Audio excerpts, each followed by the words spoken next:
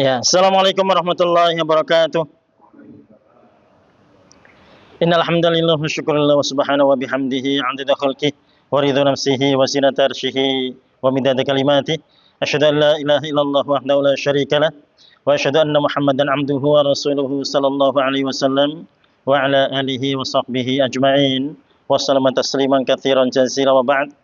Ya, syukur alhamdulillah di sore hari ini kita bisa bermuajahah. Ya, kita akan membahas hadis arba'in dari hadis yang pertama. Ya, nanti teknisnya kita akan terjemah per kata seperti biasanya. Ya, nanti biar kita lebih familiar dan lebih teringat ya, apalagi kita baca berulang-ulang nanti bisa hafal insyaallah. Ya, jadi nanti kita tidak hanya menerjemah Al-Qur'an, kita juga menerjemah hadis-hadis nabawi dan yang kita gunakan sebagai medianya adalah hadis arba'in. Ya, nanti ada 3 tahap di situ. Kita akan menerjemah matanya dulu, gitu ya. Kita akan terjemahkan sanadnya dulu, kemudian matan, kemudian rawi di situ ya. Ya. Nah, kita mulai bismillahirrahmanirrahim. An dari Amirul Mukminin, Abi Hafiz, ya, Abi Hafiz, ya. Umar, ya. Ibni Al-Khattab bin Khattab radhiyallahu anhu yang diridhai oleh Allah, qal berkata, sami'tu aku telah mendengar Rasul Allah sallallahu memberikan keselamatan Allah alaihi padanya wa dan salama keselamatan yaqul dia bersabda kembali pada Rasulullah. Ya, sampai di situ dulu, kita ulang dari awal. An Amiril Mukminin Abi Hafsin Umar Ibnil Khattabi radhiya meridai Allahu anhu padanya, darinya, qala berkata, sami'tu Rasulullah Allahi sallallahu ya Allahu alaihi wa sallama yaqulu. Ya, sekali lagi, an Amiri al-Mu'minina Abi Hafsin Umar Ibnil Khattabi radhiya Allahu anhu qala sami'tu Rasulullah Allahi sallallahu alaihi wa sallama yaqulu. Nah, dia berkata, bersabda. Ya, Amir, mana Amir? Ya, Amir ya, ya, khalifah. Ya, radhiya, sami'tu, sallama, ya, memberikan keselamatan. Ya, tafadhol iqra an. Enggak ada teksnya. Yang punya teks tafadhol.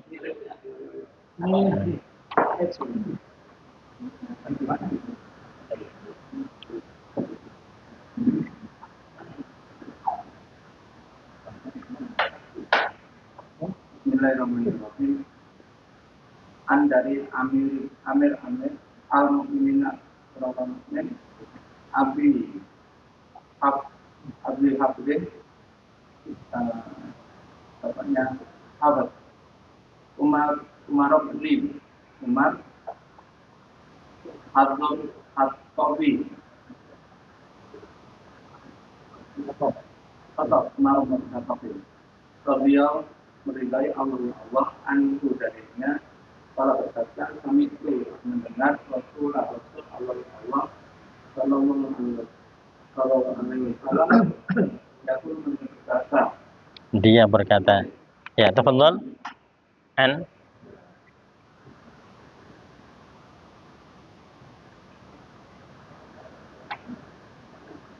An dari Amir dan pemimpin Amir orang-orang mukmin Abi Hafiz Umar bin Khattab Dia meridhoi Allah anhu padanya kola berkata, kami pun saya mendengar Rasul Allah Sallallahu Salawat Sallallahu Sallallahu alaihi wasallam salawat Allah kepadanya selamat dan keselamatan.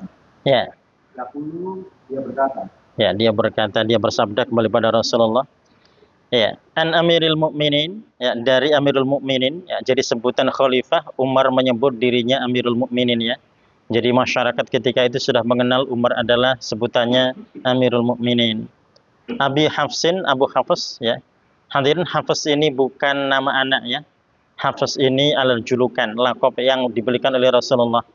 Ya, jadi Hafs ini artinya singa muda, begitu ya, singa jantan. Ya, kalau beliau punya putri Hafsah, ya, yang menjadi istri Rasulullah. Kalau Hafsah itu singa betina muda, gitu ya. Tapi kalau Hafs itu singa jantan, singa jantan muda, gitu ya. Sebutannya Hafs. Ya, jadi karena keberian beliau sehingga Rasul menyebut Abu Hafs dan masyarakat juga menyebut Abu Hafs. Ya. Nah, Abu Hafs ini hadirin, ini karena bukan nama anak, ini adalah laqab julukan, ya. Jadi beliau anak pertama adalah Hafsah, ya, radhiyallahu anha. Jadi punya 13 anak dan Hafsah anak yang pertama. Ya. Nah, Hafsah ini lahirnya 5 tahun sebelum kenabian, ya. Ya, makanya ketika hijrah ke Madinah itu usia beliau 18 tahun. Itu artinya apa? Kalau kita seringkali mendengar bahwasanya Umar pernah mengubur anak perempuannya hidup-hidup, itu berarti hoax, hadirin, ya. Kenapa? Karena putri pertamanya Hafsah. Hafsah itu lahir 5 tahun sebelum kenabian. Berarti masih di masa jahiliyah. Jikalau dibunuh, tidak mungkin Hafsah hidup di situ, ya. Ya. Jadi itu bukan kebiasaan rata-rata masyarakat Arab. Jadi kalau dari Bani Tamim memang mereka punya kebiasaan seperti itu. Tapi tidak seluruhnya, ya. Ya. Jadi itu yang kita dapati pada Umar bin Khattab. Jadi Abu Hafs ini bukan nama putra, bukan nama anak, ya, Hafsnya. Tapi itu adalah julukan karena keberaniannya yang luar biasa. Ya. Ya, Umar bin Khattab radhiyallahu anhu, Allah meridhoinya, anhu darinya, artinya dari segala apa yang telah dilakukannya Allah ridhoi. Qol berkata, ya, sami'tu Rasulullah sallallahu alaihi wasallam, aku pernah mendengar Rasulullah sallallahu alaihi wasallam yaqulu, bersabda. Nah, ini sanadnya kurang, hadirin, ya. Di sini sanadnya hanya ada Umar saja. Ya, jadi sanadnya kita akan tambahkan, ya, nanti biar detail di situ. Jadi tidak seakan-akan Umar bin Khattab saja. Kalau teks yang dipunya itu ada nggak sanadnya selain Umar? Umar saja, ya. Nggak ada yang lainnya, ya. Ya, jadi Umar seorang sahabat, di situ disusul dengan tabi'in, ya. Jadi, ya.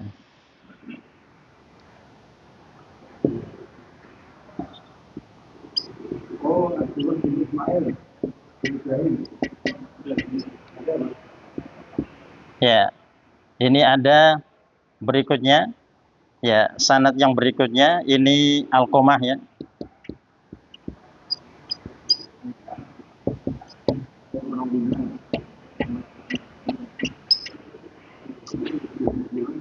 Ya, berikutnya ada Muhammad.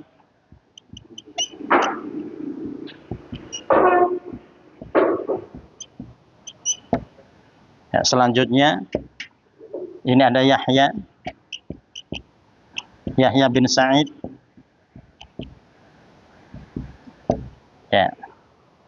Ya, berikutnya baru Imam Bukhari dan Muslim. Ya.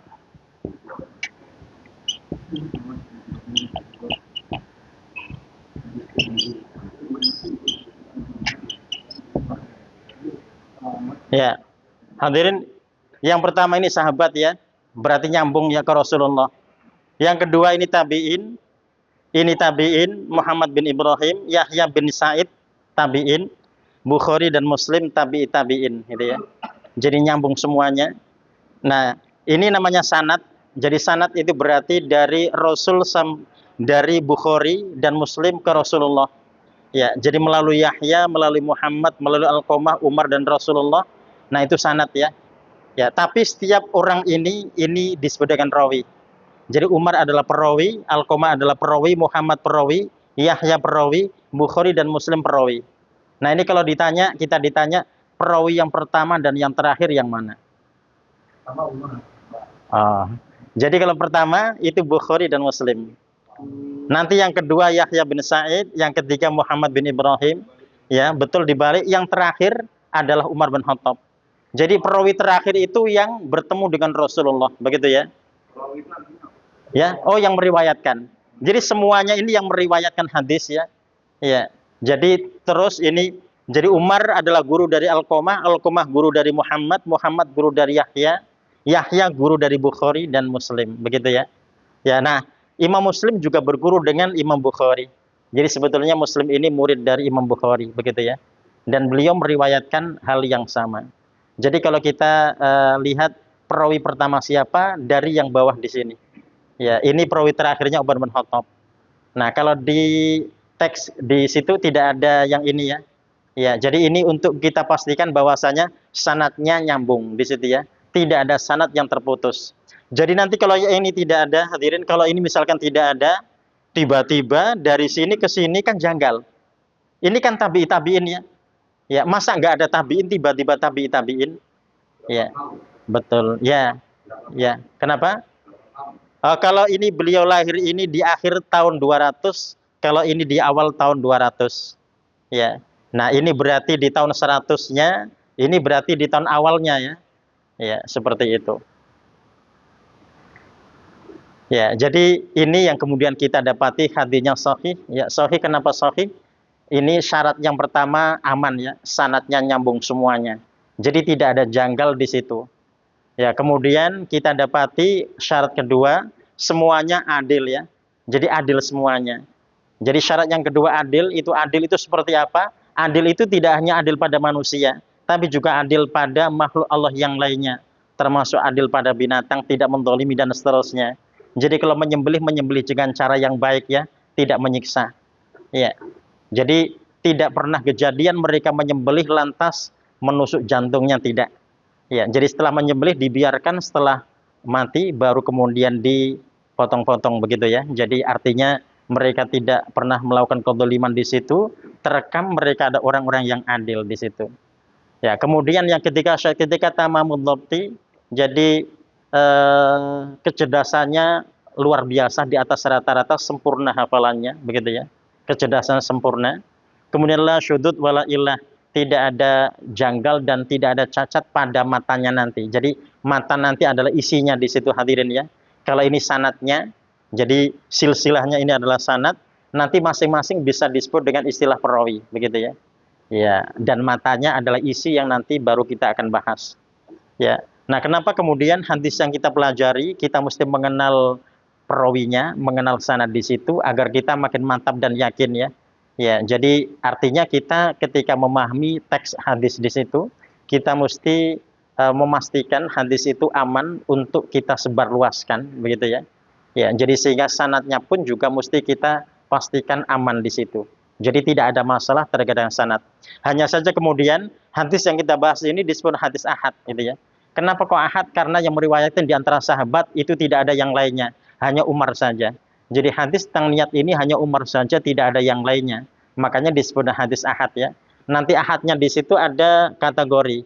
Ada kategori ahad masyhur, ada kategori ahad aziz, ada kategori ahad gharib gitu ya. Nah, kalau masyhur itu kalau ada 3 orang sahabat itu nanti masuk dalam kategori masyhur. Kalau 2 masuk dalam kategori aziz ya. Kalau cuma 1 masuk dalam kategori gharib. Ya, jadi ini adalah yang kita bahas ini adalah hadis ahad dalam status gharib gitu ya. Tapi kalau terkait dengan makbulnya termasuk hadis yang dinyatakan sahih. Kenapa sahih? Karena 5 syaratnya ada semuanya. Semua 5 syarat itu ada semuanya gitu ya. Nah, itu yang kemudian menjadikan kita makin yakin ketika membahas hadis ini. Ya, nah nanti kalau Imam Nawawi mengambil dari kitab Imam Bukhari dan kitab Imam Muslim, begitu ya. Ya. Ya.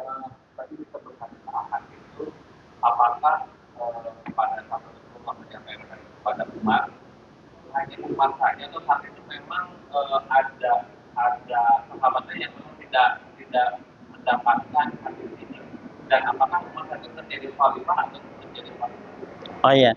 Sifat sahabat itu kalau mereka mendengar, pasti mereka menyampaikan. Kan Rasul itu dalam setiap pertemuan selalu mengatakan bahwasanya yang hadir silakan menyampaikan pada yang tidak hadir, begitu ya. Ya. Nah, kalau ternyata Umar saja yang menyampaikan, menunjukkan bahwasanya tersampaikan pada Umar, tidak pada yang lainnya. Ya, jadi sehingga kita dapati ini salah satu di antara contoh hadis ahad ya.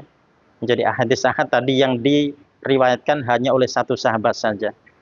Ya, jadi hitungannya berarti sahabat ya, bukan bukan sanatnya, bukan sahabatnya. Kalau hanya satu berarti termasuk hadis ahad dalam kategori gharib ya. Karena gharib tadi ada tiga macam. Ya, jadi kemungkinan ada satu, dua atau tiga orang yang meriwayatkan ya di antara sahabat. Jadi kalau gharib berarti satu, kalau aziz berarti dua orang, kalau masyhur berarti tiga. Ya, jadi artinya ilmu mustalah hadis yang digunakan untuk bisa melakukan tarjih itu sudah luar biasa ya. Jadi metode yang digunakan untuk mentarjih hadis-hadis ini luar biasa. Jadi kita bisa bayangkan kalau hadis seketat itu gitu ya dalam mentarjih, apalagi kita bicara Al-Qur'an, tentunya tidak bisa ditandingi. Hadis ini tidak bisa ditandingi dalam cara mentarjih, itu tidak bisa ditandingi oleh metode yang lainnya. Ya. Ya, jadi kalau dia makbul berarti makbul betul di situ ya.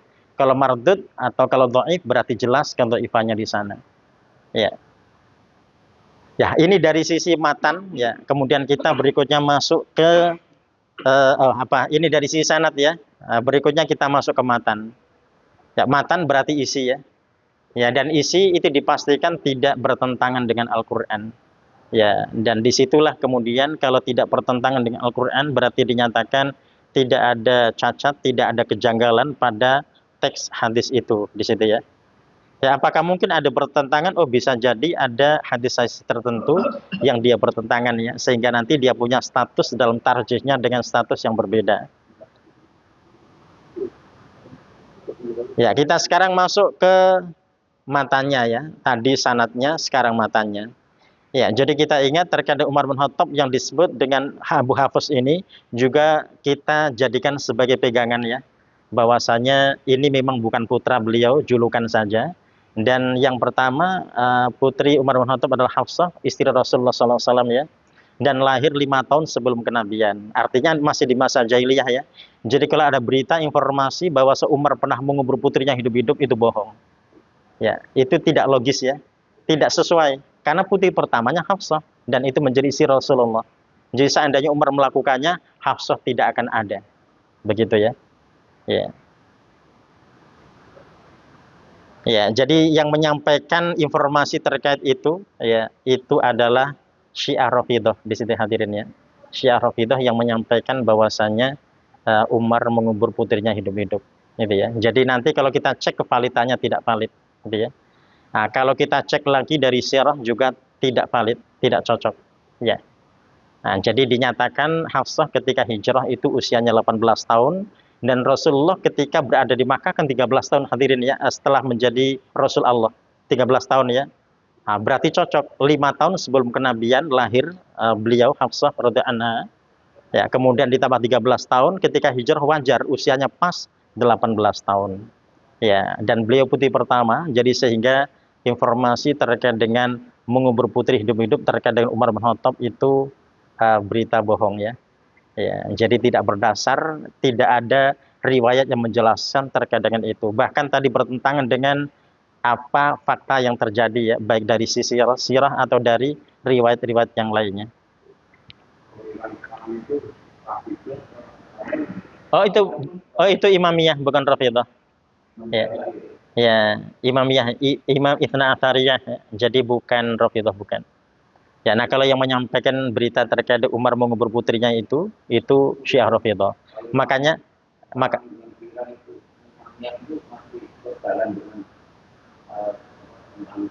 kalau Imamiyah itu yang Al-Qur'annya sama, hadisnya sama, yang berbeda ijma. Ijma beda ya.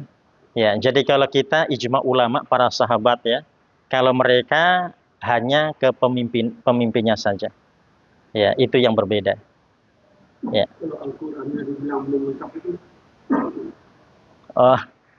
Al-Qur'annya sama, hadisnya sama, yang berbeda adalah itu tadi yang ketiga.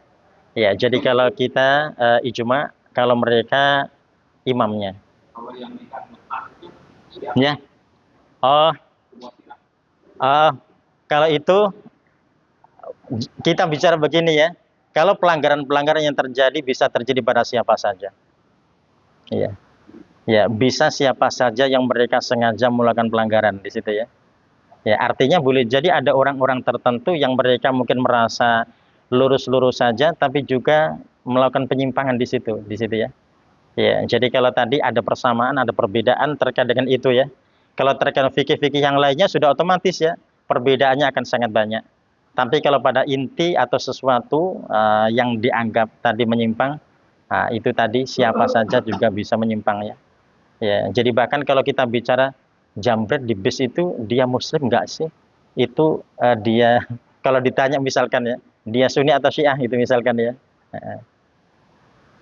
Ya. Ya, jadi yang jelas kalau kita bicara terkait ijma berbeda di situ, ya mereka imam yang Sunni ijma berarti fikihnya pasti akan banyak perbedaan di sana. Seperti itu ya. Ya, itu tadi terkait Umar bin Khattab radhiyallahu anhu ya. Ya, jadi agar kita ketika menyampaikan juga mesti hati-hati, jangan sampai kita mengadopsi terkait informasi Umar mengubur putrinya di situ ya, dan ternyata diinformasikan pada umat ya. Ya, itu kalau ternyata al-kadzib, berita bohong, berbahaya sekali. Untuk bertobat pasti sulit ya. Kita menariknya terus seperti apa? Kalau sudah kita sampaikan gitu ya, atau apalagi kita sebar di situ ya, orang-orang yang menerima informasi itu kita tidak bisa menariknya kembali. Itu yang repotnya di sana gitu ya. Jadi mesti hati-hati, dipastikan informasi itu valid dulu. Kalau valid boleh kita sebar sebagai media dakwah kita. Tapi kalau ternyata itu berita bohong, ya segera kita hapus ya. Ya. Kata perawi itu artinya dilobayatkan, disampaikan apa juga. Kemudian yang katakan tadi, perawi itu adalah untuk menyampaikan suatu hukum ketentuan. Apakah suatu seseorang menyampaikan dulu-dulunya suatu hal ketentuan, umpamanya tanah ini adalah milik ini, kemudian berarti meninggal yang pertama, yang kedua, apakah bisa dikatakan itu? Oh iya, ini perawi hadis ini berarti mereka yang meriwayatkan hadis ini. Ya, meriwayatkan hadis tentang innamal a'malu binniyat ya. Jadi perawinya adalah mereka ini. Ya, jadi perawi pertama, perawi terakhir Umar bin Khattab gitu ya. Dan rangkaiannya ini namanya sanad di situ ya. Ya. Jadi masing-masing bisa disebut dengan perawi. Karena begini, Umar bin Khattab radhiyallahu anhu meriwayatkan dari Rasulullah gitu ya. Ya, kemudian murid Umar bin Khattab meriwayatkan dari Umar dan seterusnya. Ya, dan kita mendapatkan informasi dari Imam Bukhari bisa jadi, dari Imam Muslim bisa jadi. Ya, nah kalau sekarang kita ketika memegang kitab Imam Nawawi gitu ya, ya berarti kita tadi mengambil dari apa yang yang dikumpulkan atau yang disusun oleh Imam Nawawi. Ya. Ya, jadi meriwayatkan hadis berdasarkan apa yang pernah dipelajari dari gurunya ya. Artinya mereka nyambung pembelajarannya, tidak terputus gitu ya. Jadi ada tanggung jawab di sana. Jadi di dalam perusahaan ini yang membutuhkan gitu. Oh iya. Iya. Ya kalau iya, jadi mereka kemudian membuat tadi kitab sahih dinamakan Bukhari, Imam Muslim juga begitu. Ya, membukukan dalam kitab Imam Sahih Muslim ya. Ya, dan Imam Nawawi mengadopsi dari dua kitab itu yang dimasukkan di kitab Arba'in di situ, An-Nawawi di situ ya. Jadi dikasih judul ya. Ya. Oh, setelah itu. Ya, setelah Imam Bukhari dan Imam Muslim, berarti sekitar tahun 300-an ya. Ya, betul. Ya. Ya. Bahwa Yahya bin Sa'id. Oh ya, Yahya bin Sa'id. Oh ya, jadi begini, ada kitab namanya kitab Rijalul Hadits gitu ya. Rijalul Hadits itu merekam semua perawi hadis, Rijalul Hadits ada di situ semua, biografinya ketahuan semua di sana. Jadi artinya Imam Bukhari ketika melakukan tarjih ini gitu ya, untuk mengetahui siapa-siapa di situ, itu untuk satu hadis saja belum tentu selesai dalam 1 tahun, tergantung ya. Jadi mengumpulkan data itu sampai ke mancanegara seperti itu ya. Dan kita ingat Imam Bukhari, Imam Muslim ini dua-duanya bukan orang Arab di situ ya. Imam Bukhari dari Bukhari, Imam Muslim dari wilayah ini. Kalau sekarang berarti kalau Nisaburi, Nisaburi itu Iran Timur di situ ya. Iran Timur. Ya. Oh, Imam Bukhari di Uzbek. Kalau Imam Muslim tetap ada di Nisabur. Ya. Oh iya. Ya kalau dulu namanya begitu, kalau sekarang sudah beda ya. Ya, jadi masuk wilayah itu. Ya. Oh ya, yang jadi tarjihnya di situ pasti berbeda dengan Imam Muslim ya. Karena keduanya ketika pakai metode yang berbeda dalam menyusun di situ ya untuk mentarjih bisa berbeda. Makanya kita seringkali mendapati ada hadis yang hasan sahih gitu ya. Yang satu mengatakan hasan, satu mengatakan sahih padahal untuk satu hadis saja. Berarti yang mentarjih berbeda dengan data yang berbeda. Karena datanya berbeda sehingga kemudian hasilnya bisa berbeda ya. Misalkan begini, oh ternyata Yahya bin Sa'id itu diketahui dia tidak tamamud dhabti misalkan ya, tidak sempurna hafalannya. Tapi menurut yang satu lagi itu sempurna hafalannya. Ya, nah berarti yang satu pasti kesimpulannya akan sahih, yang sebelumnya pasti kesimpulannya hasan, seperti itu. Ya. Ya, jadi ternyata mereka dicari siapa mereka ya. Jadi ketahuan siapa mereka, latar belakangnya ketahuan. Mereka pernah apa di masyarakatnya ketahuan. Ya. Jadi kalau orang fasik ketahuan ya. Makanya kalau sampai ada perawi yang fasik itu nanti jatuh menjadi hadis dhaif di situ ya. Ya, jadi fasik artinya dia pernah melakukan kedzaliman yang diketahui di masyarakat dan terekam di sana. Ya, jadi berarti perawi-perawi itu sangat ketat di situ ya. Penilaiannya ketat. Ya, jadi kalau ternyata ada yang tidak adil, satu saja di antara sanad yang ada, itu nanti sudah jatuh jadi dhaif di situ ya. Oh ya, akan seperti itu. Jadi menelusuri ya, karena ini kan Imam Muslim berguru pada Imam Bukhari ya. Imam Bukhari berguru dengan yang sebelumnya dan seterusnya. Ya, pasti ada konfirmasi di sana. Ya, dan kita ingat bahwasanya orang-orang dulu itu mereka mengenal betul gurunya di situ ya. Jadi sehingga tahu itu gurunya siapa, gitu ya. Jadi guru dari gurunya siapa. Jadi kebiasaan orang Arab kan mengenal begitu ya. Jadi orang tuanya, kakek-kakeknya lagi ketahuan sampai mana, ketahuan semuanya gitu ya. Ya, dan tradisi itu ternyata menjadi tradisi yang baik ya. Karena untuk merekam tadi termasuk mengenal silsilah dari gurunya ternyata terjadi juga di situ ya. Ya. Ya, kalau anak sekarang jangankan buyutnya, kakeknya belum tentu kenal di situ ya. Kakeknya sendiri belum tentu kenal apalagi buyutnya. Gimana dia mau tahu gurunya gitu ya. Guru dari gurunya belum tentu tahu gitu ya. Ya. Apakah hadis ini berfungsi sampai dengan Imam Muslim? Artinya muridnya Imam Bukhari. Apakah Imam Muslim punya murid-murid lagi yang menjadi perawi hadis ini? Oh ya punya. Ya, tapi kita ingat bahwasanya mereka sudah mengumpulkan dalam satu kitab Sahih Muslim itu ya. Ya. Jadi makanya ketika yang mengadopsi, misalkan Imam Nawawi mengadopsi, yaitu nanti ujungnya pakai muttafaq alaih gitu ya. Ujungnya muttafaq alaih. Ini riwayat Imam Bukhari dan Imam Muslim. Ya, jadi kita dapati hadis-hadis yang ada itu di situ akan selalu dijelaskan ya. Rawahu al-Bukhari, rawahu Nasai. Misalkan berarti ini, oh kalau rawahu Nasai dari Sunan Nasai. Nanti kalau kita cari akan ketahuan di sana. Atau rawahu Abu Dawud ya. Jadi karena mereka ini kan satu masa di situ ya. Ya, karena di masa itu kita dapati di masa Khilafah Abbasiyah itu besar-besaran untuk bisa mendukung tadi tarjih hadis itu ya, agar tidak terjadi fitnah di masyarakat karena banyak sekali hadis-hadis palsu yang bermunculan dan itu amat sangat berbahaya. Agar umat bisa terselamatkan maka hadis-hadis itu wajib ditarjih. Makanya kita dapati tadi ada kitab-kitab yang mudawwan yang sudah sangat banyak di sana ya. Ya, itu.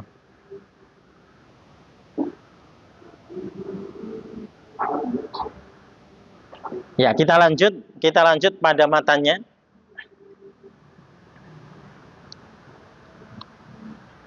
Ya, innama sesungguhnya hanyalah, jadi ma ini istitsna ya, sesungguhnya hanyalah al-a'malu amalan-amalan bi dengan an-niyati niat wa dan innama sesungguhnya hanyalah li bagi kulli setiap imri'in, ya, urusan ma apa-apa yang nawa, yang dia niatkan. Fa maka man barang siapa kanat adalah hijrahnya ila kepada Allahi Allah wa dan rasulihi rasulnya, fa maka hijrahnya itu ila kepada Allahi Allah wa dan rasulihi rasulnya. Ya, kita berhenti di situ, kembali ke awal matan ini, ya.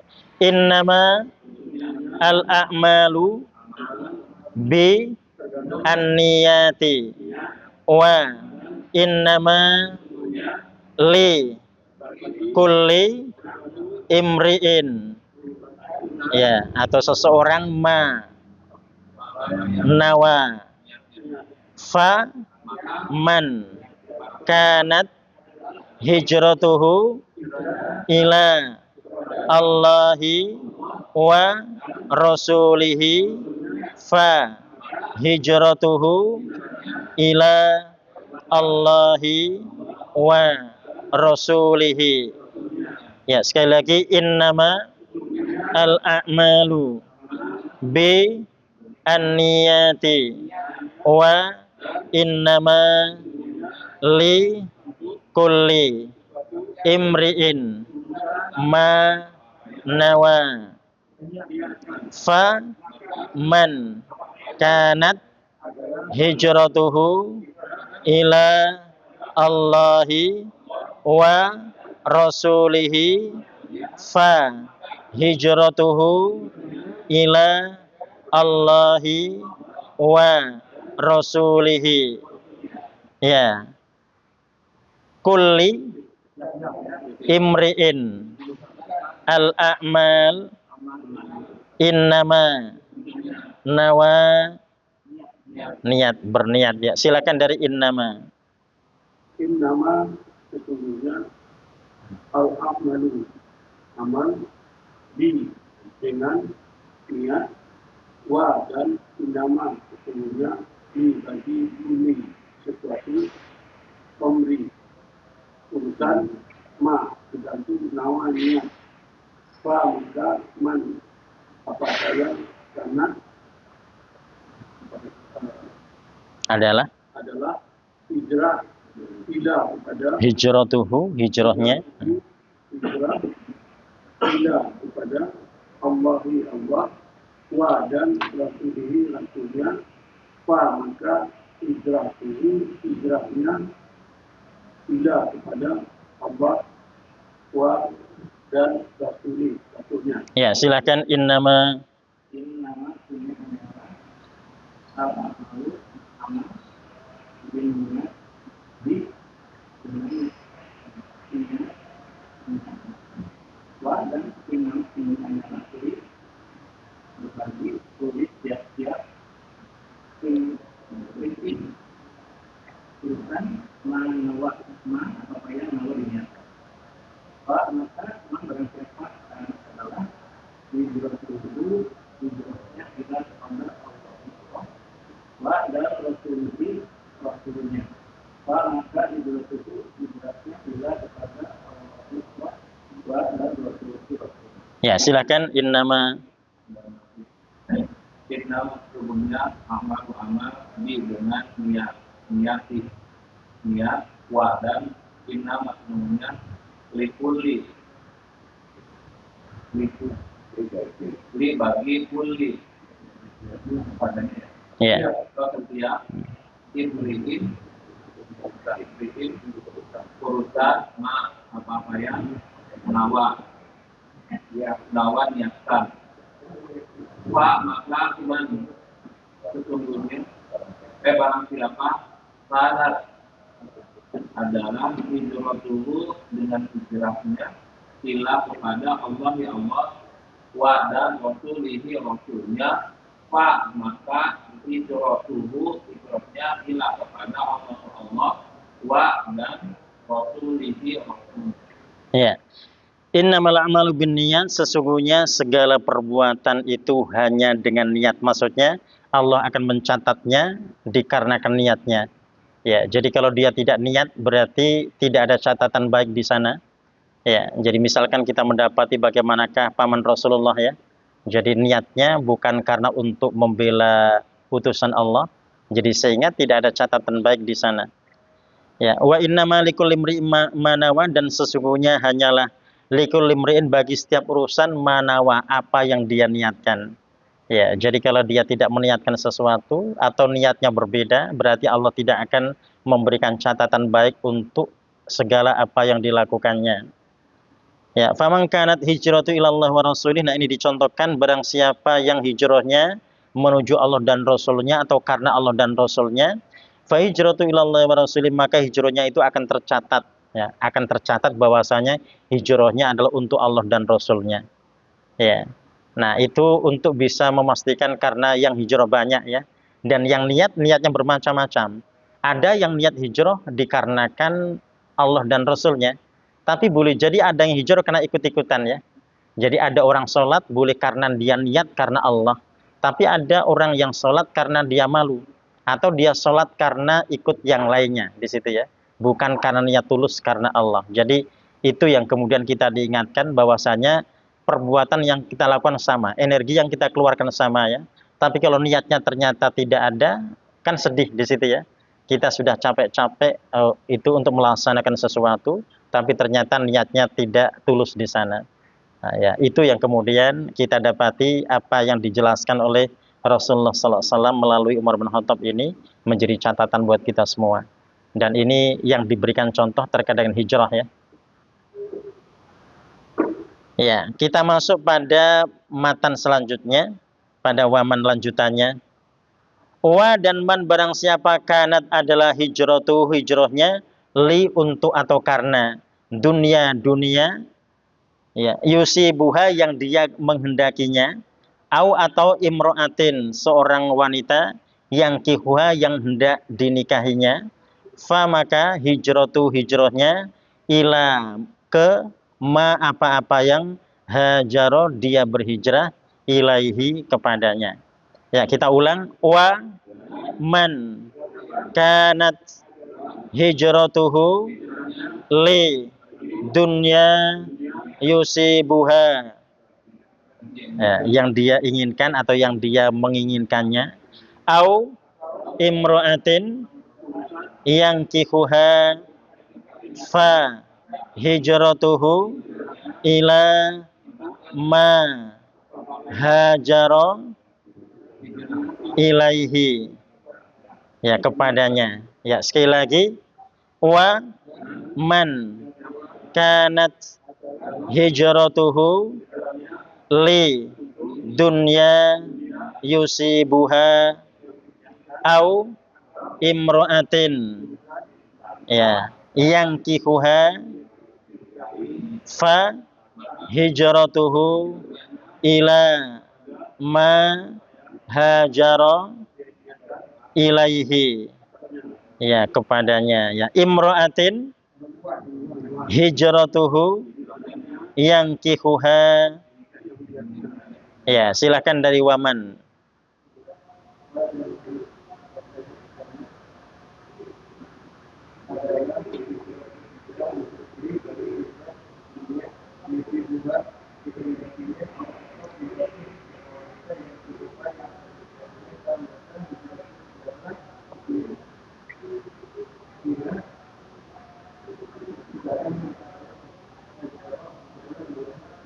Ya, silakan waman.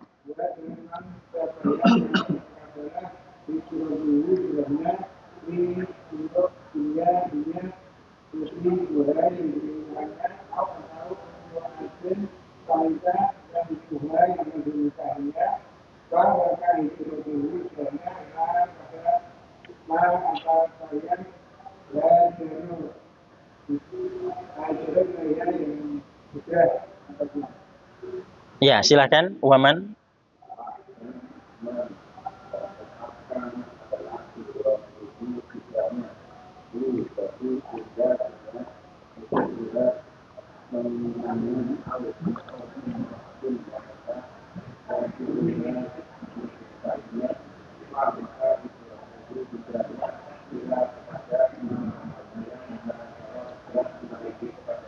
Ya, wa man kanat hijratu lidunya yusibuha, dan barang siapa yang hijrahnya karena dunia atau karena dia mengejar dunia yang dia inginkan, awi mura'atin yang kihwa, atau seorang perempuan yang hendak dinikahinya, fa hijratu ila ma hajara, maka nilai hijrahnya sebagaimana apa yang dia niatkan.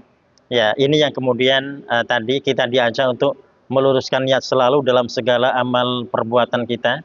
Ya, jadi karena akan memberikan penilaian atau memberikan hasil yang berbeda ya. Jadi amalannya sama antara si A dengan si B, tapi ternyata nilainya beda di mata Allah. Yang satu niat karena Allah, yang satu ternyata bukan karena Allah. Ya, ya, Kalau niat itu, kalau niat baik, artinya itu belum dikerjakan, sudah dapat pahala. ya. Kalau niatnya kalau tidak dikerjakan, tidak dapat apa. Oh ya, betul. Itu nanti terkait dengan hadis yang lainnya di bab ini ya. Ya, di bab selanjutnya. Ya, jadi seorang ketika sudah niat baik, ya meskipun belum dikerjakan, dia tercatat sebagai kebaikan ya. Kalau dia niat buruk belum dikerjakan, tidak tercatat sebagai keburukan. Nah, itu rahmat Allah ya. Jadi artinya peluang kebaikan itu luar biasa sesungguhnya ya. Ya, karena kalau niat baik saja sudah dicatat sebagai kebaikan.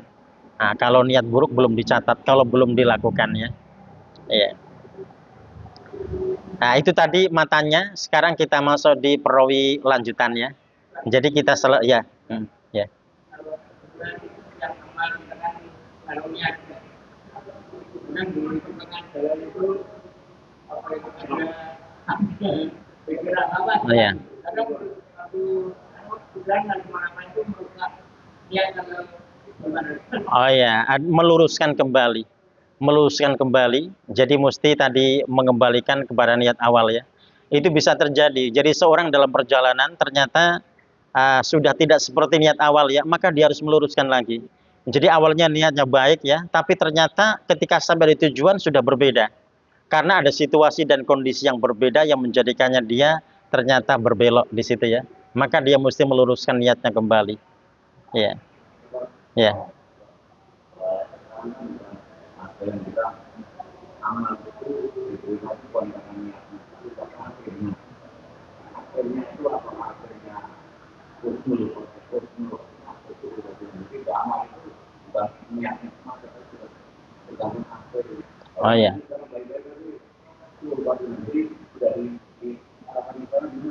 Oh ya. Iya, jadi catatan itu catatan terakhir ya yang kita kenal dengan istilah husnul khotimah. Tapi kita ingat husnul khotimah itu direncanakan.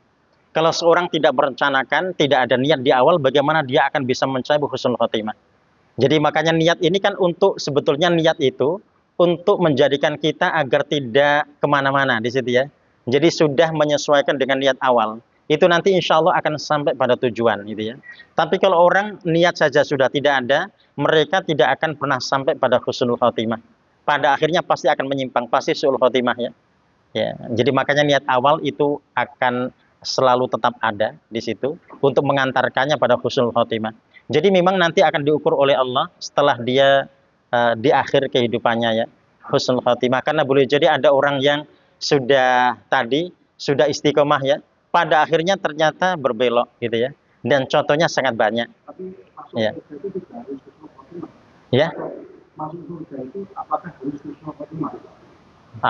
Kalau husnul khotimah ini kan indikasi seorang masuk surga, kan begitu ya? Iya. Dan semua tetap kembali pada ridha Allah. Nah, kalau dia akhir kehidupannya husnul khotimah, kan menyedihkan di situ ya? Iya. Iya. Apakah itu jadi apa namanya? Patokan orang masuk surga itu pasti husnul khotimah. Teorinya begitu. Jadi kan begini, kita kalau kita bicara teori, berarti teori harus kita jaga sebaik-baiknya, gitu ya? Ya, kalau kita sudah ikhtiar, nanti kita serahkan pada Allah. Tapi kalau untuk jalannya saja kita tidak jaga, bagaimana mungkin seorang akan sampai ke tujuan itu, gitu ya? Iya. Iya. Oh ya, bisa macam-macam. Wong Bal'am bin Bawra saja itu kan dipilih oleh Allah ya. Orang yang dipilih oleh Allah memiliki ismun akbar kan itu ya. Karena aktifnya dia, rajinnya di Baitul Maqdis kan begitu. Tapi pada akhirnya dia nyebrang ke Fir'aun, begitu ya. Pada akhirnya dia nyebrang ke Fir'aun. Jadi itu yang Allah sebut atainahu ayatina fansalah minha. Aku berikan dia tanda-tanda kebesaran kami, tapi dia melepaskannya. Ya, ya. Jadi niat itu berarti harus di situ ya. Karena ini yang akan bisa menjaga seseorang. Jadi yang punya niat baik saja belum tentu akhirnya baik. Apalagi kalau dia tidak pakai rencana, tidak ada niat sama sekali niat baik, bagaimana mungkin dia akan bisa diantarkan pada kebaikan? Ya, jadi ini nanti bisa kita kaitkan dengan ayat 100 di An-Nisa di situ ya. Ya, ada apa dengan surat An-Nisa itu nanti terkait dengan hijrah, hijrah maknawi dan hijrah hakiki di situ ya. Ya. Ya, jadi ada hijrah makani dan ada hijrah ruhi di situ. Ada hijrah jasadi, ada hijrah ruhi. Hijrah jasadinya ya dari Makkah ke Madinah ya. Ruhinya itu adalah contoh orang yang membunuh 100 orang dan masuk surga itu ya. Ya. Ya. Nah, apakah dia ada niat? Oh, dia niatnya niat bertaubat pada Allah. Niatnya niat bertaubat pada Allah. Dan niatnya itu dia jaga terus di situ ya. Jadi artinya ada perjuangan, niatnya itu ada perjuangan. Jadi meskipun dia punya latar belakang yang tidak baik ya, tapi ketika dia niat untuk mendapatkan ampunan Allah dengan cara bertaubat, pada akhirnya dia akan mendapatkan ampunan Allah. Ya, dan kita bandingkan dengan yang di Al-Hasyr 16 ya. Ini kan ahli ibadah di situ ya. Tapi ketika dia melanggar tidak merasa itu dosa, gitu ya. Karena tidak merasa dosa, dia tidak pernah berniat untuk bertobat pada Allah karena sudah biasa. Jadi dia ibadahnya rajin. Kalau kita mendapati kalimat yang Allah sebut, dia ini kan rahib ya. Rahib itu tahajudnya luar biasa kan begitu ya. Jadi artinya bukan orang sembarangan. Tapi kesalahan yang dia lakukan dianggap biasa gitu ya. Jadi sehingga ibadah terus, kesalahannya juga terus jalan. Dia tidak merasa berdosa, dia tidak niat bertaubat. Pada akhirnya apa? Ternyata akhirnya dia su'ul khotimah, bukan husnul khotimah. Ya, berarti kan niatnya itu tidak ada. Tidak ada untuk memperbaiki diri bertobat pada Allah. Nah, yang punya latar belakang salah tadi, dia niat untuk bertobat pada Allah dari waktu ke waktu di situ ya. Ya, ternyata perjuangannya dibalas dengan kebaikan di akhir hayatnya. Ya, nah itu contoh ya, nah, bahwasan niat itu sangat penting. Jadi meskipun Allah akan menilai itu di akhirnya khawatimuhu gitu ya. Jadi setiap amal itu nanti akan dicatat Allah dari khawatimuhu, dari akhirnya, di ujungnya. Tapi kita ingat orang sampai ke finish itu startnya harus baik gitu ya. Ya. Jadi kalau startnya dia sudah baik, ya insya Allah nanti kalau masalah finish ini sudah tawakal pada Allah ya, yang jelas dia berusaha untuk istiqomah. Tapi kalau di awal sudah tidak ada, berat ya. Kenapa? Oh, itu tadi yang dicontoh 100 tadi dari Andisa. Nah, jadi startnya dia tidak baik, tapi akhirnya baik gitu ya. Kenapa bisa begitu? Ketika dia tidak baik di awal startnya itu, dia tahu itu bukan sesuatu yang baik, sehingga dia bertobat pada Allah gitu ya. Ya, berarti dia meluruskan niatnya gitu ya. Dan ingin menghapus dosanya dengan cara bertaubat. Dia sadar itu adalah dosa. Nah, yang di Al-Hasyr 16 tadi, dia beribadah rajin, tapi tidak sadar ketika ada pelanggaran yang dilakukannya, dia tidak menyadari kalau itu dosa. Dia anggap biasa saja, gitu ya. Nah, ternyata menjadi kebiasaan kan setelah itu, makanya dia tidak pernah bercita-cita bertaubat. Ya. Jadi awalnya niat baik di situ, ya. Nah, tapi ternyata niatnya tidak dijaga dengan sebaik-baiknya, sehingga pada akhirnya bengkok begitu ya. Ya, makanya kita kan diperintahkan untuk khusyuk dalam bacaan Fatihah ketika kita sholat ya. Ya, kenapa? Karena ada ihdinas siratal mustaqim di sana. Dan Allah tetapkan itu sebagai bacaan di setiap rakaat kita gitu ya. Menunjukkan kita disuruh ikhtiar di situ, meminta pada Allah untuk mengingatkan kita agar tidak menyimpang gitu ya, agar tidak belok kan seperti itu. Jadi niat awalnya sudah ada dan tidak belok, makanya selalu dijaga dengan ihdinas siratal mustaqim.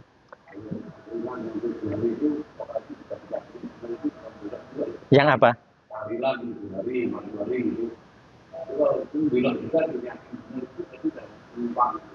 Oh, ya, kalau ya itu nanti terkait dengan ini ya, terkait dengan misi dakwah seseorang di situ. Ya, karena kan dakwah itu punya cara. Dakwah itu punya itu nanti akan masuk pada cara metode dalam dakwah. Ya. Jadi dakwah itu punya cara ya. Ya. Ya. Ya, jadi itu nanti silakan kembali pada metode dakwah di situ ya. Ya. Ya, jadi karena setiap orang ketika mereka melakukan sesuatu kan ada dakwah di sana. Ya, jadi kalau metode dakwah dia merencanakan kebaikan di situ, ya insya Allah bisa menjadi kebaikan ketika memang dia niat tulus dan baik di situ ya. Ya, jadi untuk mendakwahkan. Misalkan begini, ah, kalau perintah Allah di situ, walau kunta fadun khalidul qalbi lam fadu min haulik ya.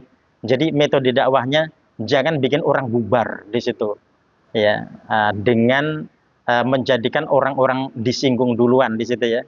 Ya, tapi orang-orang itu akan dimaafkan ya. Disitulah kemudian tadi cara untuk masuk di situ ya. Tapi ketika orang sudah disalahkan duluan, mereka tidak mungkin akan betah seperti itu ya. Ya, Ada timingnya, ya, suatu saat akan berhenti. iya. Tidak Oh iya, terus, gitu. oh iya. Iya. Kan pasti seperti itu tujuannya. Tujuannya pasti ada misi di situ ya. Ya, kalau tidak ada misi ya, ya bagaimana mungkin? Nah, itu tadi niat tadi. Kalau terus menerus kan namanya Oh iya, makanya mesti ada niat itu ya, perencanaan itu kan mesti matang ya. Ya, jadi niat itu perencanaan mesti matang. Nanti eksekusinya seperti apa? tapi yang dicanangkan harus kapan berhentinya ini. Oh iya. Ya tadi pemahaman itu yang menjadikan otomatis akan ya akan berjalan sesuai dengan jalurnya di situ ya. Iya. Iya. Mm.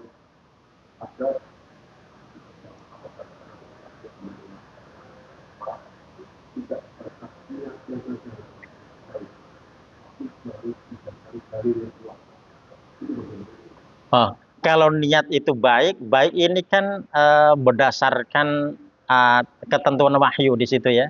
Kan kita jadi akal kita harus patuh dengan wahyu kan seperti itu. Ya, jadi niat baik kita baik ya karena seorang beriman pasti berdasarkan wahyu. Bukan tidak berdasarkan wahyu, itu pasti harus seperti itu ya. Tidak bisa tidak. Ya. Jadi logikanya harus tunduk pada wahyu seperti itu. Ya, makanya Umar itu mengatakan begini, aku tahu engkau ini batu, tapi aku mengecupmu karena Rasul melakukannya. Ali juga seperti itu. Aku tahu yang kotor itu yang bawah, tapi karena Rasul mengusap bagian atas sepatu sehingga aku mengikutinya. Ya, seperti itu. Jadi artinya logika dikalahkan oleh wahyu di situ ya. Jadi orang ketika niat baik ya tadi berdasarkan tadi wahyu Allah ya, bukan berdasarkan logikanya seperti itu. Nah, otomatis ya. Jadi kalau sudah seperti otomatis. Kalau kita bicara niat dan yang kita kaji adalah hadis nabawi, itu pasti akan berdasarkan nas-nas Al-Qur'an atau hadis Nabi. Tidak bisa tidak. Ya, artinya kalau sudah berdasarkan wahyu, itu artinya tidak benar. Ya. Kalau menyimpang dari wahyu, ya. Jadi kalau dibenarkan oleh wahyu, nah, itu berarti masih aman ya. Tapi kalau menyimpang dari wahyu itu yang berbahaya. Ya, kalau sudah menyimpang dari wahyu berarti ya tidak baik. Iya. Karena menyimpang dari wahyu. Ya. Tapi kalau tidak menyimpang dari wahyu ternyata ditoleransi di situ ya, berarti tidak ada masalah. Nah, kembali ke hari tadi. Aslinya ini tentang hijrah gitu. Kalau ya, jadi dikarenakan momen hijrah di situ, jadi sehingga yang dicontohkan adalah hijrah ya. Makanya nanti Ummu Qais termasuk yang diangkat di sini. Jadi wanita yang dimaksud ini, jadi ada seorang, makanya Rasul menyebut faman kanat hijratuhu di sini, ya, ya, lidunya yusibuha imra'atin yatazawwajuha. Ini imra'ah ini adalah Ummu Qais ya.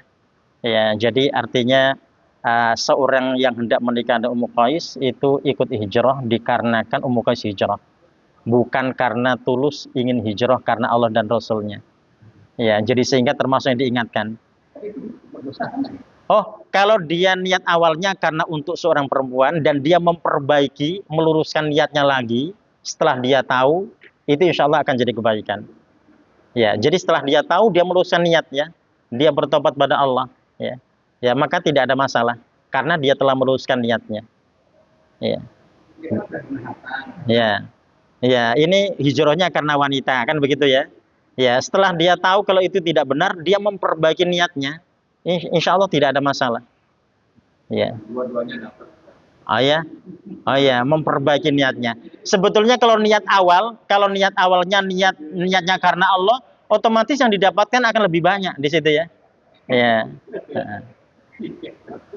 Nah ini kalau seandainya tidak sadar-sadar, dapatnya cuma satu saja, gitu ya. Ya, kalau tidak hijrah berdosa. Ya. Oh iya, begini, dia hijrah sudah menggugurkan dosanya, tapi kalau nilai hijrahnya dia tidak dapat, gitu ya. Tapi dosanya gugur, gitu ya. Nah, karena dia dalam rangka tadi mengejar seorang perempuan, gitu ya. Nah, tapi ketika dia meluruskan niatnya lagi yang salah tadi, insya Allah akan aman. Ya kan seorang boleh bertaubat di situ ya karena salah di awal, salah langkah sehingga dia memperbaiki, tidak ada masalah, insya Allah aman. Ya, jadi yang salah langkah bisa diperbaiki ya. Jadi tidak boleh anti ketika terjadi kesalahan di awal dan dia tahu kalau itu kesalahan, tidak boleh anti untuk melakukan perbaikan, harus dilakukan perbaikan. Ya. Ya, jadi karena niatnya baik ya, jadi sehingga mesti perbaiki dari apa yang salah. Metode dengan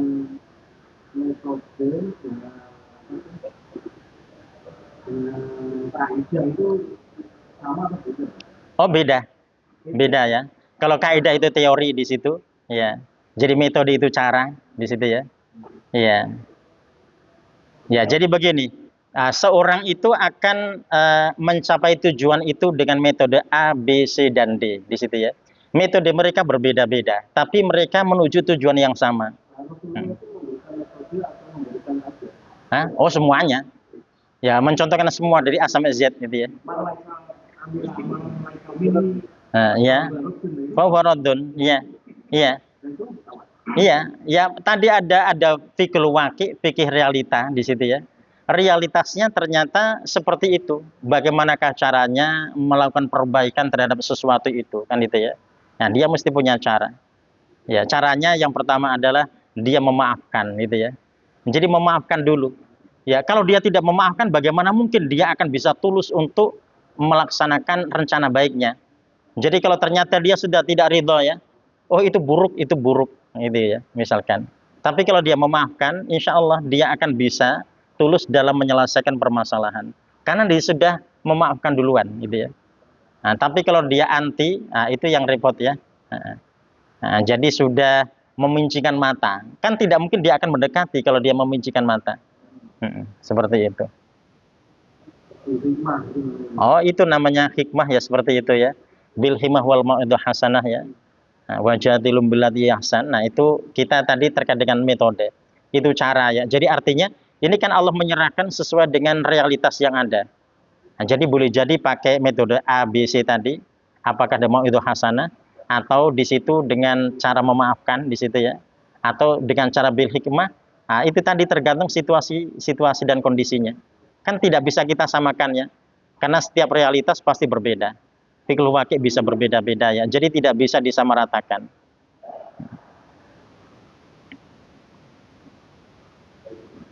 Ya, jadi penyimpangan di daerah A dengan B yang dilakukan sama penyimpangannya ya. Tapi metodenya bisa berbeda. Karena kenapa? Masyarakatnya, karakternya berbeda di situ ya. Ya.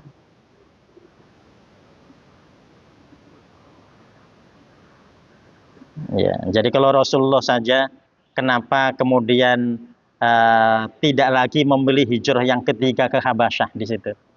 Ya, karena pemimpinnya meskipun baik kan begitu ya, tapi dia bukan Muslim kan itu ya. Sedangkan di Madinah ini lebih kondusif kan seperti itu. Ya, jadi artinya Rasul juga mempelajari di situ terkait dengan karakter masyarakatnya. Ya, jadi tidak asal ya. Kalau kita bicara kedekatan Rasul, yang paling dekat ya orang Taif, orang dulu Rasul kecil di sana gitu ya. Tapi kenapa ketika Rasul ke sana kok malah dilempari batu? Gitu ya. Nah, berarti ada karakter yang berbeda. Ternyata Rasul tidak menjadikan Taif sebagai target hijrah di situ. Tapi Rasul kan pernah di situ ya. Jadi datang ke sana gitu ya. Tapi karena karakternya seperti itu, nampaknya tidak kondusif. Ya, jadi ternyata karakter juga bisa menjadikan metodenya harus berubah gitu ya. Nah, tidak bisa disamaratakan. Apa? Oh ya, kalau hijrah tadi terkait dengan ayat 100 surah An-Nisa. Ya, jadi hijrah di ayat 100 An-Nisa itu nanti terkait dengan hijrah jasadi dan hijrah maknawi. Jadi Allah menyebut dua-duanya. Ya, jadi hijrah maknawi, jasadi dan ruhi ya afan. Jasadi berarti dari satu tempat ke tempat yang lainnya. Yang kedua, dari perbuatan tidak baik menuju perbuatan yang baik. Ya. Ya, dan Rasul juga penuh strategi kan ketika hijrah. Ya, Rasul ketika hijrah penunjuk jalannya siapa? Abdullah bin Uraikid ya. Dia bukan seorang muslim. Jadi kita bisa bayangkan ini, kalau Rasul hijrah itu penunjuk jalannya Umar bin Khattab, kira-kira gimana? Ketahuan, wah ada Umar di sana, gitu, dikejar gitu ya. Tapi kalau Abdullah bin Uraikid, oh nggak ada kecurigaan. Artinya Rasul punya strategi di situ. Jadi agar perjalanannya itu aman, tidak ada masalah di situ. Strateginya itu Madinah di utara Makkah, kok tidak langsung ke utara, kok ke selatan dulu di situ ya. Ya berarti kan tadi pilih dengan cara damai kan seperti itu ya. Ya, dan penunjuk jalannya pun juga bukan muslim di situ ya, menunjukkan bahwasanya penuh dengan strategi. Berarti bukan anti di situ ya. Rasul tidak anti. Jadi kalau memang ini bisa memberikan manfaat yang lebih baik, kenapa tidak? Ya.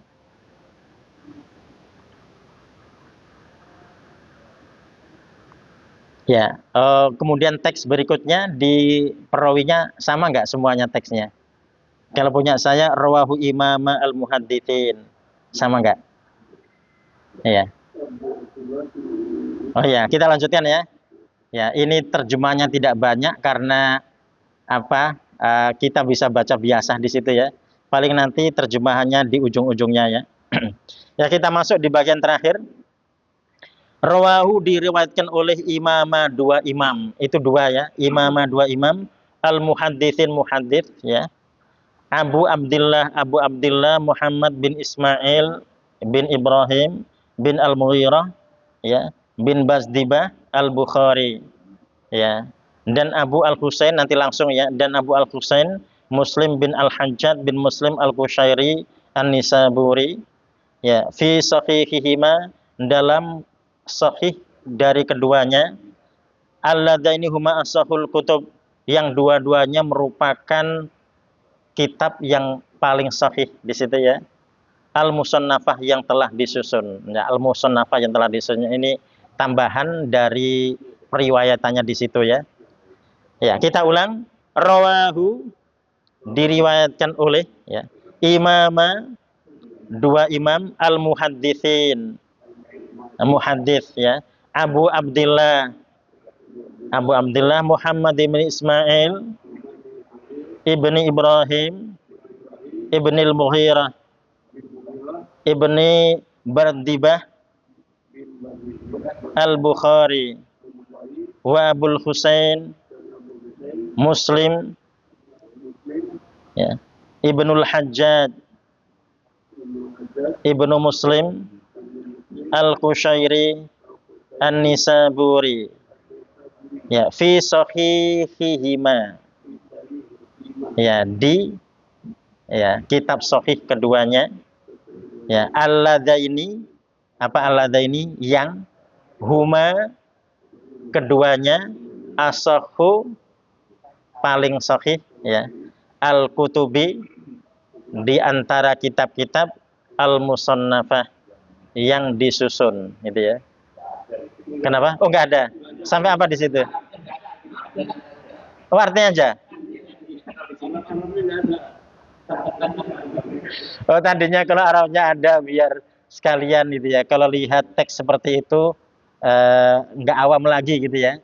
Jadi sudah biasa membaca dan tahu gitu ya. Tahu ketika rawi seperti itu, kita ketika membaca kita tahu gitu ya. Jadi ini membiasakan kita nanti tidak hanya baca ayat Al-Qur'an tapi baca hadis, kita juga paham di situ ya.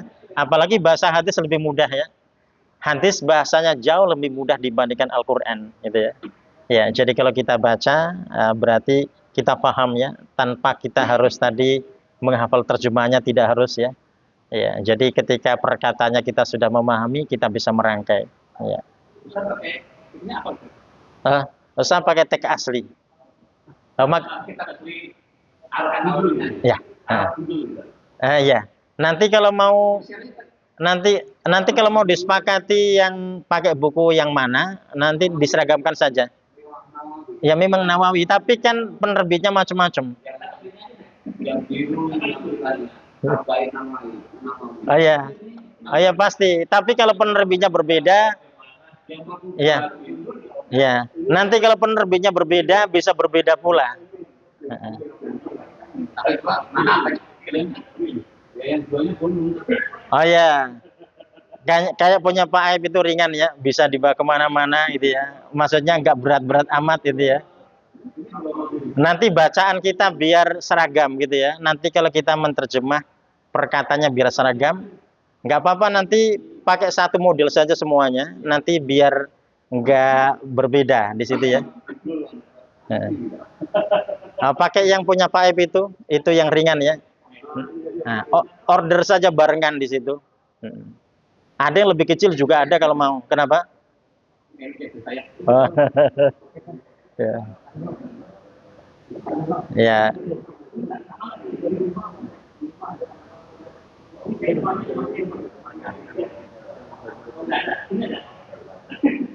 Ya, jadi kalau kita hanya menyimak saja kita bebas itu ya. Tapi kalau kita akan pakai terjemah di situ perkata, nanti harapannya sama di situ ya, seragam saja.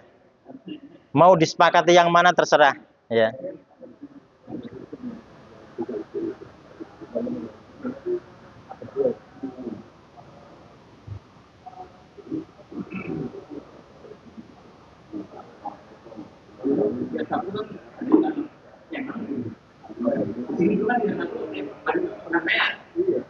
Yang Pak itu Pak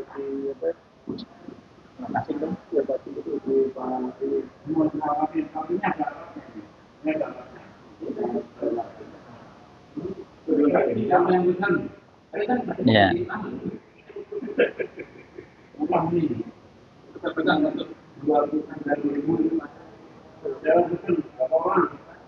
Ya. Jadi karena diterjemah perkata disamakan saja semua gitu ya. Kalau terbitan sini rata-rata ada terjemahannya.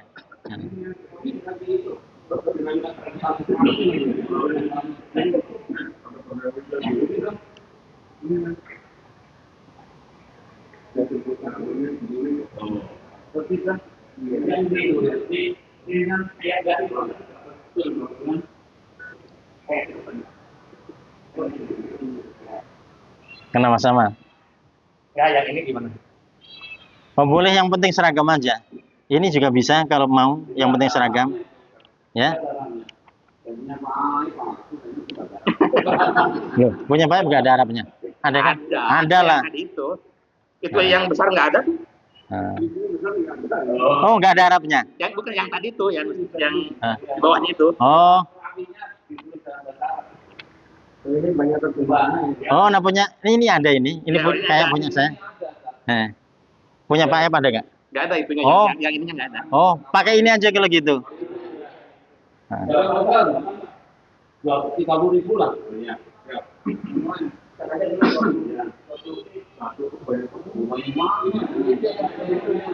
Terus yang hadir dari 15 dan 15 itu berapa ini? 15 itu kan plan 15 oh iya pakai Indo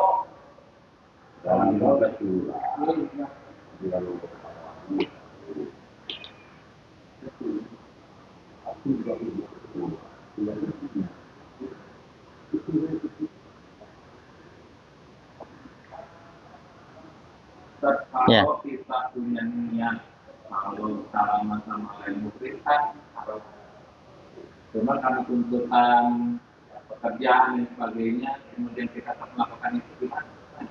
Oh iya, begini, kita itu kalau ya kita memperkenalkan diri pada orang lain seperti itu ya. Ya, jadi ketika kita setiap salaman misalkan pakai salam Sunda gitu ya, itu nanti orang akan tahu. Ya, ya jadi artinya mereka ketika datang ke kita sudah tidak seperti yang mereka mau di situ ya, tapi seperti yang kita mau, karena sudah paham.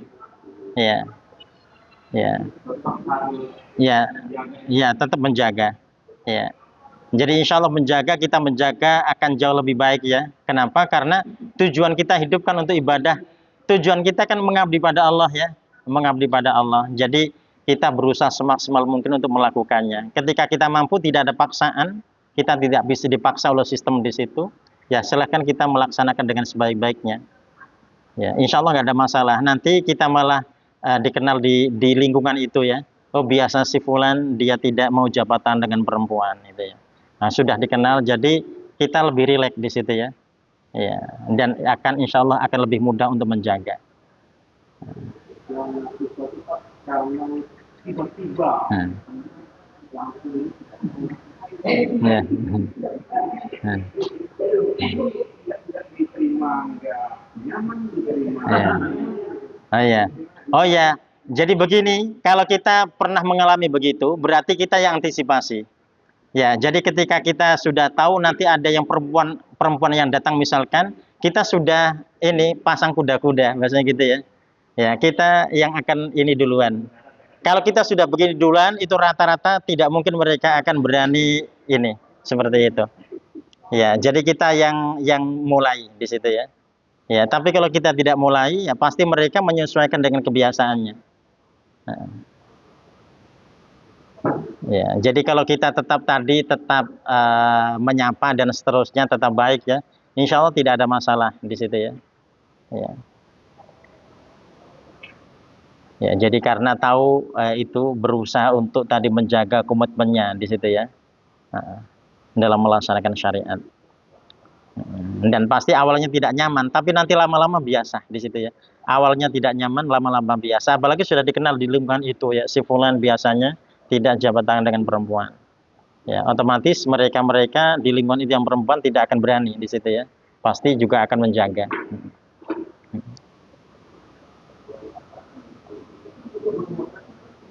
Ya, jadi kalau sentuhan saja tidak kan berarti kan insya Allah lebih aman kan begitu ya. Akan lebih aman.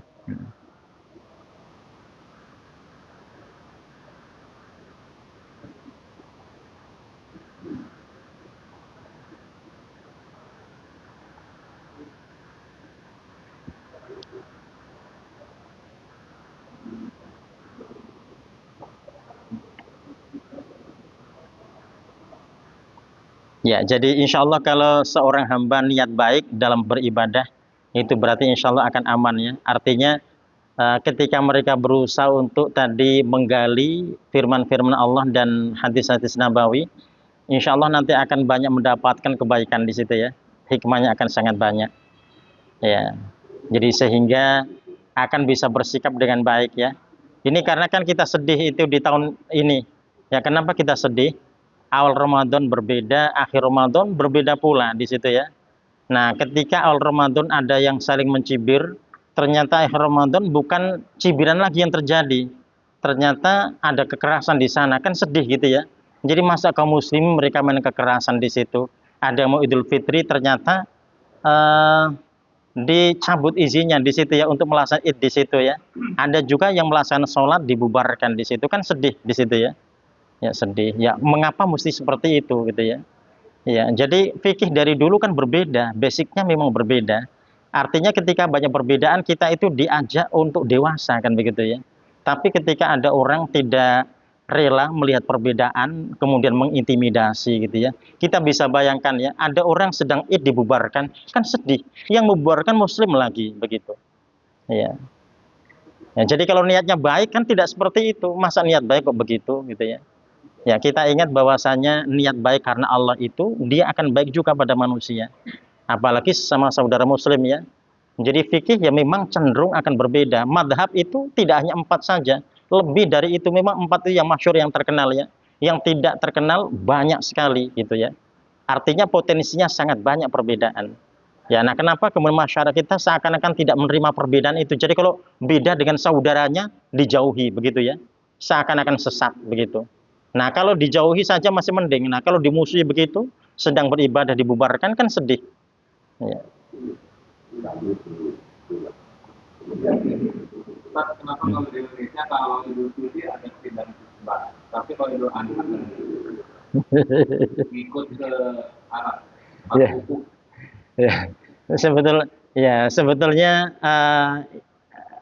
apakah benar ada sidang gitu ya? Atau langsung diumumkan saja? Ya. Karena kan nggak mungkin berbeda. Iya. Karena berbeda jadi Idul Adha. Oh, Idul Adha bisa berbeda, bisa berbeda. Jadi kalau di sidang Iya. Iya. Iya. Artinya ketika disampaikan lebih kondusif situasinya di situ ya, karena tidak terkait dengan satu. Tapi yang berbeda kan sering berbeda kan, ya. Jadi tidak hanya Idul Fitri, Idul Adha bisa berbeda, ya. Kalau dulu kita dapati masing-masing punya standar ya, dan pemerintah memberikan jalan tengah di situ. Kan pernah pemerintah menetapkan 2 di situ ya. Jadi ketika Muhammadiyah 0, masuk, NU 4, NU turun jadi 2, Muhammadiyah naik jadi 2 kan waktu itu. Ya, sekarang ternyata berbeda lagi. Jadi artinya begini, dulu pemerintah bisa mengkompromikan gitu ya. Nah, yang sekarang bukan nggak bisa, tapi belum dilakukan gitu ya.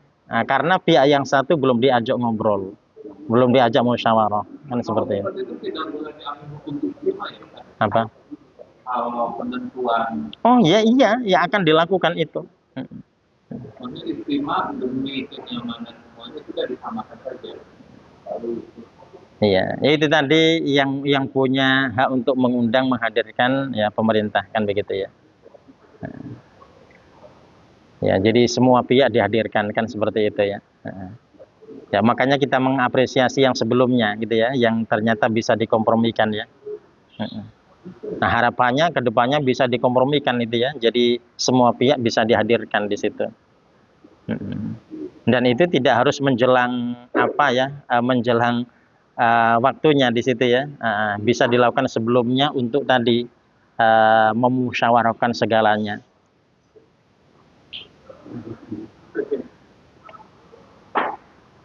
Ya, ini insya Allah ya. Jadi nanti hadis kita biar seragam, nanti berarti pakai yang satu model ya.